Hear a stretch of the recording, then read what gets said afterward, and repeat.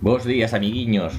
Hoxe vamos a contar outro conto moi interesante. Titúlase Mago Rosa. É un conto escrito por Xavi Arnal e Raxín Queirillej. Vamos a empezar. Mago Rosa.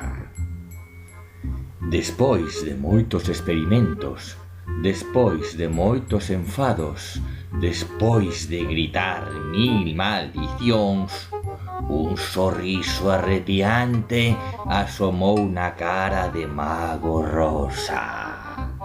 Por fin, os seus esforzos tiñan recompensa. Mago Rosa conseguira facer unha bolsa de coiro que tragaba todo. E abondaba con dicir Oemok, unha palabra que dada a volta deixa de ser máxica. Ansioso por probar o seu invento, Mago Rosa foi á casa de Mago Amarelo. Non sabía por qué, pero non lle caía nada ben.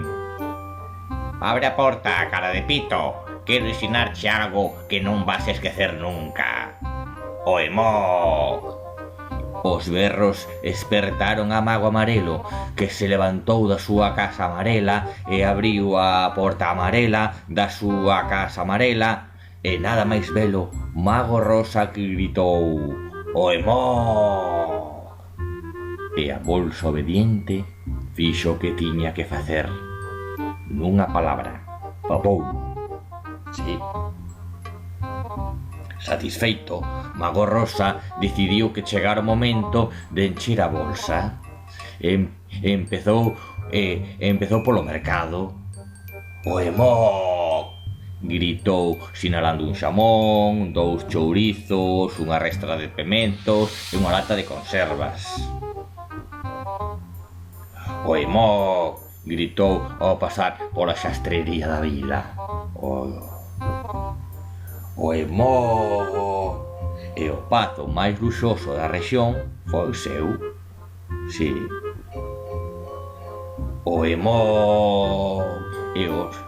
E ao saco foi parar o banco, con banqueiros, clientes, cartos e todo. Oemok, Oemok!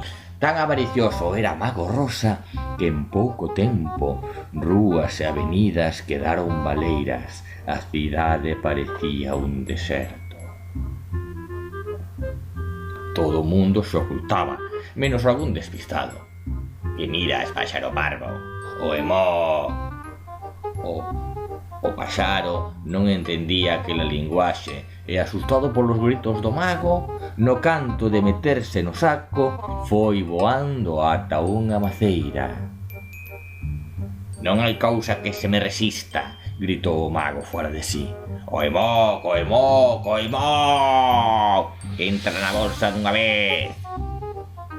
Pero, a saber por que razón, a maxia non funcionaba con aquel paxaro. A maceira, ao ver o paxaro reboando entre as súas polas, dixo: podes elixir o niño que máis che guste. Pero Mago Rosa, que era tan malvado como fino de oído, gritou Oemok! E, en fila india, todos os niños da maceira entraron na bolsa de coiro.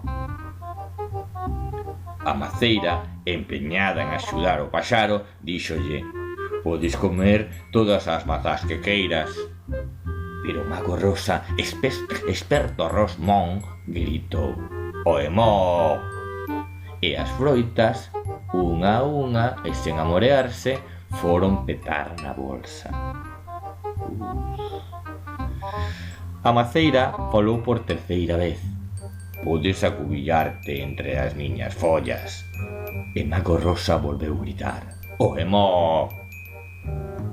Unha tras outra, as follas entraron na bolsa e a bella árbore quedou espida, ata se puxo colorada. Aproveitando un refacho de vento, o paxaro marchou voando e a maceira quedou triste por non poder axudar. Entón, Mago Rosa sacou da bolsa o pazo que roubara, colocouno diante da maceira e díxolle: vas pagar por querer axudar ese paxaro. As túas bolas non van resistir o inverno e eu vou quedar aquí para velo. Que malo. Sentado na fiestra, dispúxose a ver como se apagaba a vida da árbore. E, aos poucos días, antes de que a maceira pillase un catarro, o páxaro volveu con moitos amigos. Sí. Unha nube de aves, piando con alegría, pousouse nas polas da maceira e borrou a súa tristeza dun golpe. Centos de alas arroupárono e deronlle calor durante todo o inverno. E coidaron ben de non ensuciar as polas, pois, cando tiveron ganas, non lles foi difícil atopar un lugar onde deixar as súas chispun cacas. Sí, o castigo de Mago Rosa. E colorín colorado, este conto rematou. Hasta a próxima, amiguiños. Chao.